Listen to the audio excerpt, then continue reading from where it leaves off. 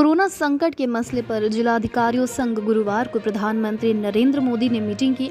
बैठक में 10 राज्यों के डीएम ने हिस्सा लिया, लेकिन पश्चिम बंगाल का कोई डीएम शामिल नहीं हुआ।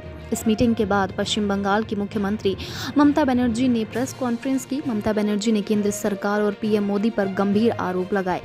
ममता बनर्जी ने कहा कि बैठक में 10 राज्यों के सीएम मौजूद थे। बतौर जब सीएम मैं वहां थी तो हमने डीएम को वहां शामिल होने नहीं दिया। ममता बनर्जी ने आरोप लगाया कि सिर्फ बीजेपी के कुछ सीएम और पीएम मोदी ने अपनी बातें रखी, हमको तो बोलने ही नहीं दिया गया। सभी मुख्यमंत्री सिर्फ चुपचाप बैठे रहे, किसी ने कुछ नहीं कहा। हमको वैक्सीन की डिमांड रखनी थी, लेकिन हमें बोलने ही नहीं दिया गया। इसी के साथ ममता बनर्जी बोली कि पीएम मोदी ने कहा कि कोरोना कम हो रहा है, लेकिन पहले भी ऐसा ही कहा गया था। हम 3 करोड़ वैक्सीन की मांग रखने वाले थे, लेकिन कुछ कहने नहीं दिया गया।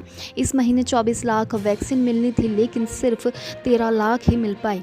इसके अलावा ममता बनर्जी ने कहा कि हमें रेमडेसिविर भी नहीं दी गई। पीएम मोदी मुंह छुपाकर भाग गए। पीएम मोदी पर उन्होंने निशाना साधते हुए कहा कि जब कोरोना केस बढ़े तो बंगाल में केंद्रीय टीम भेज दी गई, लेकिन गंगा में शव मिले हैं तो वहां क्यों नहीं टीमें भेज दी गई। देश इस वक्त बुरे दौर से गुजर रहा है, लेकिन पीएम कैजुअल अप्रोच अपना रहे हैं। तो वहीं बंगाल के मुख्यमंत्री ने आरोप लगाया है कि केंद्र सरकार ने संघीय ढांचे को नुकसान पहुंचाया है।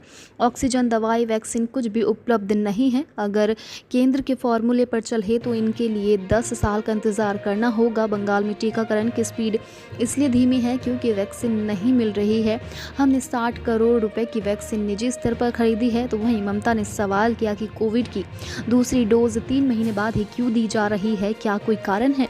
सीएम ने वार करते हुए कहा कि दिल्ली का राज आम लोगों की ओर नहीं देख रहा है, सब अहंकार पर चल रहा है। आपको बता दें कि ये पहला मौका है जब बंगाल में हुए विधानसभा चुनाव के बाद ममता बनर्जी केंद्र सरकार द्वारा बुलाई गई किसी मीटिंग में शामिल हुई हो।